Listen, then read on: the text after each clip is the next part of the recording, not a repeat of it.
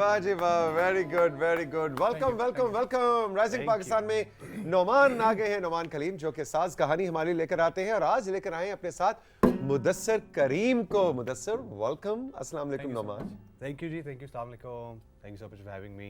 आज तो बड़ा तुमने सही रौनक नोमान लगा दी है, बस देख लें। रबाब का सीन ऑन कर दिया। रुबाब जो है बेसिकली उसकी फील ऐसी है कि जैसे ही आप सुनते हैं तो एकदम से, जैसे मैं स्टूडियो में आया तो मेरे साथ मुदस्सिर था और सबने सबसे पहले ये देखा कि एक रुबाब इंस्ट्रूमेंट आ चुका है, तो सबने पहले कहा कि यार कुछ सुना दो, है ना। तो वो जो एक रुबाब की फील है, आई थिंक कि वो हम सबको इतनी पसंद है कि हमारी कोशिश ये होती है कि बस इसको सुनते रहें सुनते रहें सुनते रहें। तो थैंक यू सो मच कि आप यंगस्टर्स जो कि इंस्ट्रूमेंट्स के अंदर शौक रखते हैं उनको आप फीचर करते हैं राइजिंग पाकिस्तान में।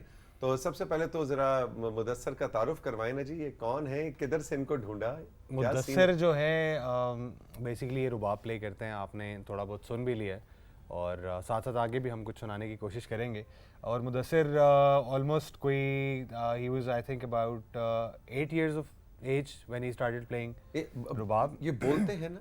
ये बिल्कुल जी सर बोलता हूँ। अच्छा ओए, ये जब से आया है, आज सुबह से हम तैयार हो रहे थे, ये पहला जुमला जो मैंने सुना तो मैंने सोचा कि ये सिर्फ आप बोलते हैं और ये सिर्फ बजा। सर मैं एक्शन से ज़्यादा बिलीव करता हूँ। एक्शन से बिलीव करते हो। चलो very good. Mudassir, tell us about yourself, कितने अरसे से सीख रहे हो, क्या सर मैं बेसिकली चित्राल से हूँ और 2013 से टेक्सला में रहता था, फिर रिसेंटली साल हो गए यहाँ पे मूव हुआ हूँ इस्लामाबाद में। तो कॉमर्स यूनिवर्सिटी में पढ़ता हूँ, आर्किटेक्चर का स्टूडेंट हूँ, तो 3rd ईयर भी ख़त्म हुआ है।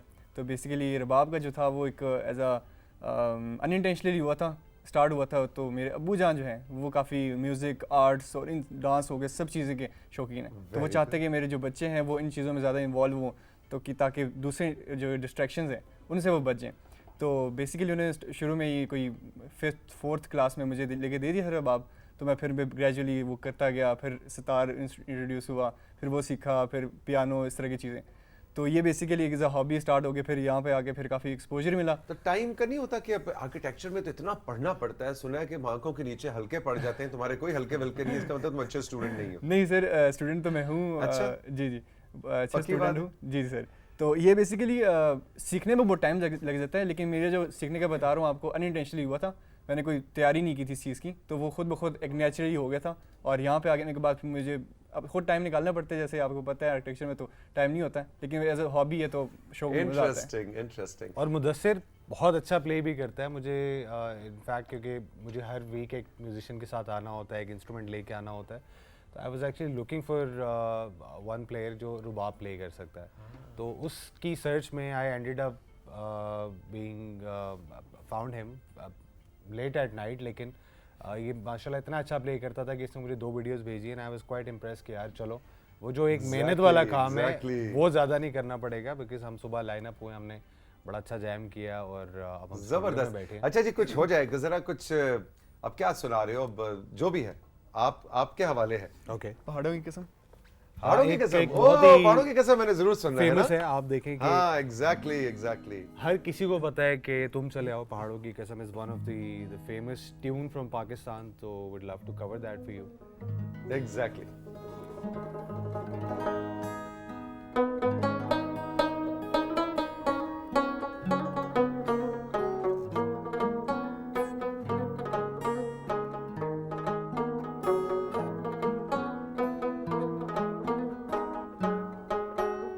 हम तुम्हारी राह देखेंगे सनम,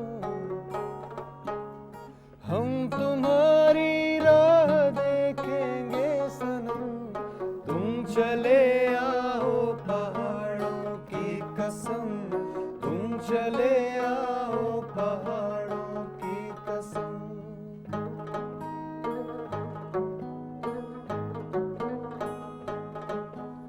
तेरे आने की खबर ना सकी, याद तेरी दिल से भी ना जा सकी।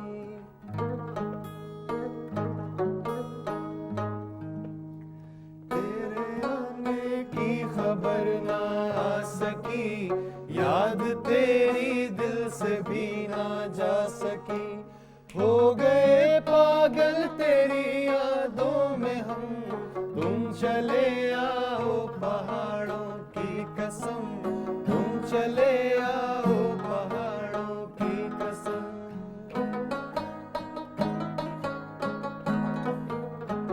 चले आओ पहाड़ों की कसम, तुम चले आओ पहाड़ों की कसम, हम तुम्हारी राह देखेंगे सनम, तुम चले आओ पहाड़ों की कसम, तुम चले आओ पहाड़ों की कसम।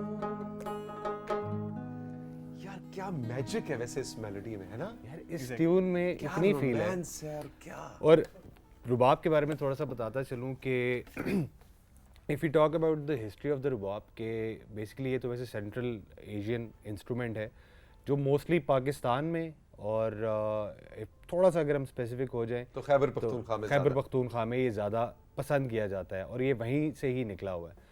तो आपने कभी सिंस आप बहुत ज़्यादा ट्रैवल करते हैं और बहुत ज़्यादा आपका एक्सपीरियंस इस तरह का है तो आपने देखा होगा लोग पहाड़ों में बैठे होते हैं, वहाँ पे एक रुबाब बैठे लेके बैठे हुए हैं, वहाँ प्ले कर रहे हैं, तो उसकी एक फील इतनी मज़े की फील है कि it is also called the instrument of the mountains, कि वहाँ पे जो इसकी फील है, उसका जो जोन है, जो वाइब है, it's unmatchable. No doubt, no doubt. तो वो एक पहाड़ वहाँ पे है, एक बंदा वहाँ बैठा हुआ है, प्ले कर रहा है, I have already experienced it. अच्छा, मैंने एक बहुत यूनिक एक्सपीरियंस नोमान और मुदस्सिर किया है ज़िंदगी में। पहाड़ों के साथ जो रबाब का रिश्ता और रोमांस है उसकी नोमी बात कर रहा है, लेकिन मैं आपको एक मज़े की बात बताऊं।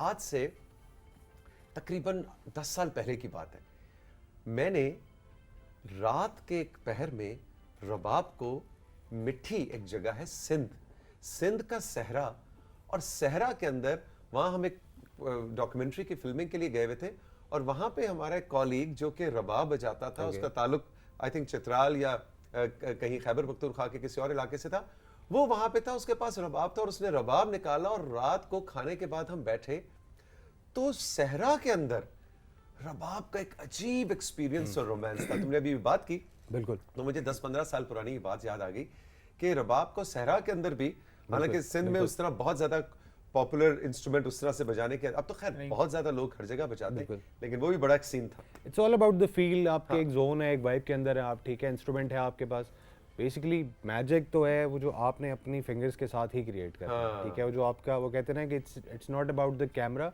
It is about the person who is behind the camera, कि वो कैसे तस्वीर। अच्छा मुदस्सिर, ये बताओ तुमने कभी पहाड़ में बैठ के एक्सपीरियंस किया है एक्चुअल?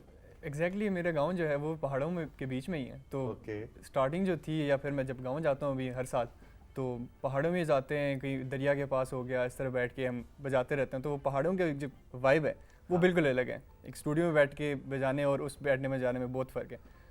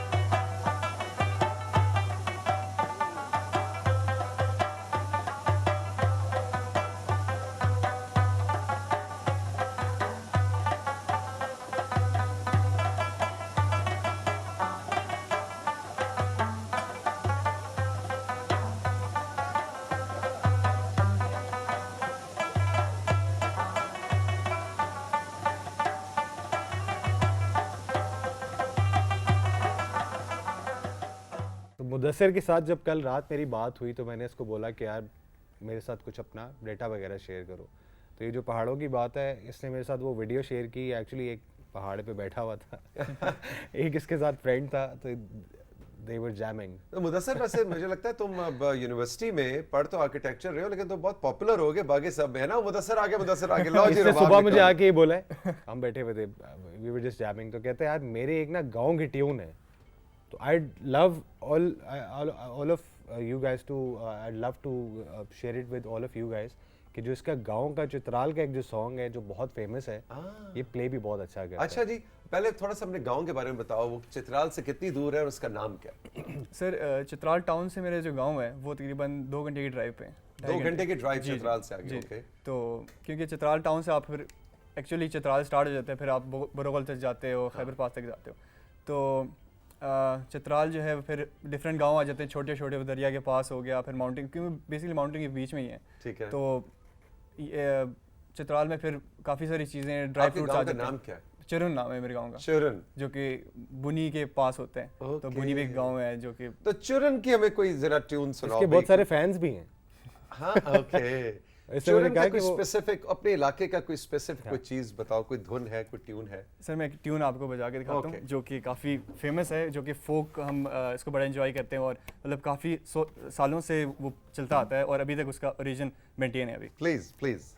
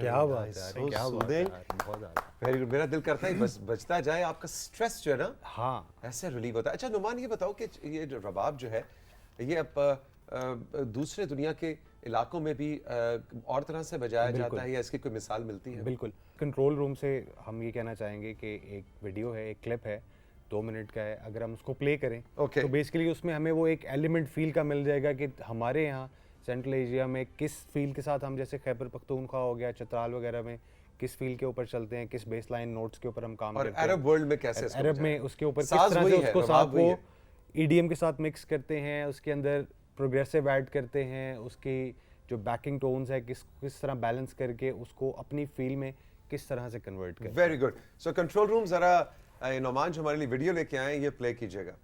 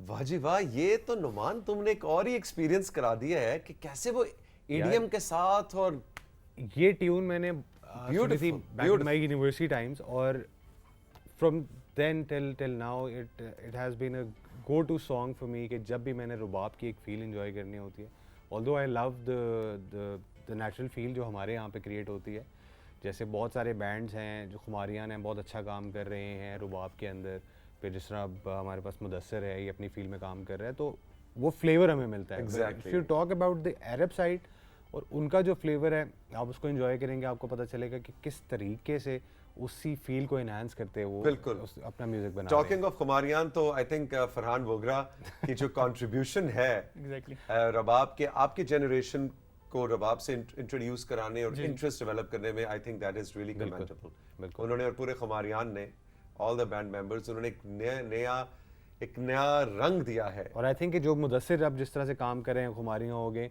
यंग लॉट के अंदर से बहुत सारे आप देखें कि मेनली यूज जो है इंस्ट्रूमेंट दैट इज़ गिटार, आप देखेंगे बहुत ज़्यादा यूज़ होता है, बट रेयरली यूज इंस्ट्रूमेंट्स में it's one of the instruments जो रुबाब है, क्योंकि बहुत ज़्यादा आपको ना ऑनलाइन इसकी चीज़ें मिलती नहीं है. ठीक है, you need to have a proper teacher जो आपको बेसिक लेसन दे सके, और टीचर्स भी बहुत कम मिलते हैं आपको. तुमने कोई टीचर रखा था या कैसे खुद से सीखा? सर वही बता रहा हूँ, अनइंटेंशनली हुआ था. अच्छा. कुछ इधर उधर से देख लिया, कुछ किसी को बजाते हुए देख लिया, तो उनसे थोड़ा पूछ लिया कि ट्यूनिंग कैसे होती है. फिर बेसिकली आप करते जाते हो, क्योंकि अब जिस चीज़ का शौक होता है आपको, फिर वो नहीं चाहिए, कोई और चीज़ नहीं, सोर्स नहीं चाहिए, आप खुद ही कर लेते हो. खुद ही करके प्रैक्टिस. आर्ट्स हो गया, आर्किटेक्चर हो गया, कोई भी चीज़ होगी, फील्ड हो गई जो आर्ट से रिलेटेड है, म्यूजिक हो गया, डांस हो गया, फिर आप वो नहीं, कोई डिस्ट्रैक्शन नहीं चाहते उसमें, आप फिर जेन्युइनली सीधे जाते हो. इंटरेस्टिंग भाई, बड़ा मजा आ रहा है.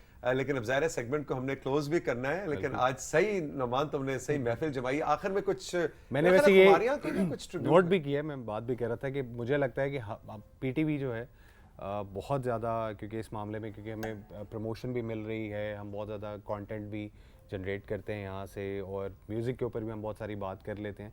But coming back to the originality of it, के जो ओरिजिन है हमारे अपने जो लोकल जो इंस्ट्रूमेंट्स हैं उसके ऊपर, कि बहुत ज़्यादा मुझे लगता है कि सपोर्ट हम करते हैं अपने म्यूज़िक को और अपने इंस्ट्रूमेंट्स को. जैसे आज मैं रुबाब लेके आया, everyone was so happy, even हमारे जो कैमरा पे यहाँ पे जो लोग सारी टीम काम कर रही है, तो दे वर एंजॉयिंग इट, क्योंकि हम लोग जैम कर रहे थे और वो प्रॉपर पता चल रहा था कि यार वो एंजॉय कर रहे हैं, झूम रहे हैं, मज़े ले रहे हैं. तो दे आर स्टिल वेटिंग कि हम ये शो भी क्लोज करेंगे, उसके बाद आपने जाना नहीं है. नहीं जी, नाश्ता इन दोनों को उस सूरत में मिलेगा कि अभी हमारा कमरा है वहां जाके अभी पूरी महफिल लगनी है जी. नाश्ता सामने पड़ा होगा, खाने की इजाजत नहीं होगी जब तक एक दो अच्छे में नंबर्स भी सुनाओ. जरूर. अच्छा जी, टुवर्ड्स द एंड खुमारियां को एक ट्रिब्यूट जी. सर या कुर्बान ओह राइट, ओके.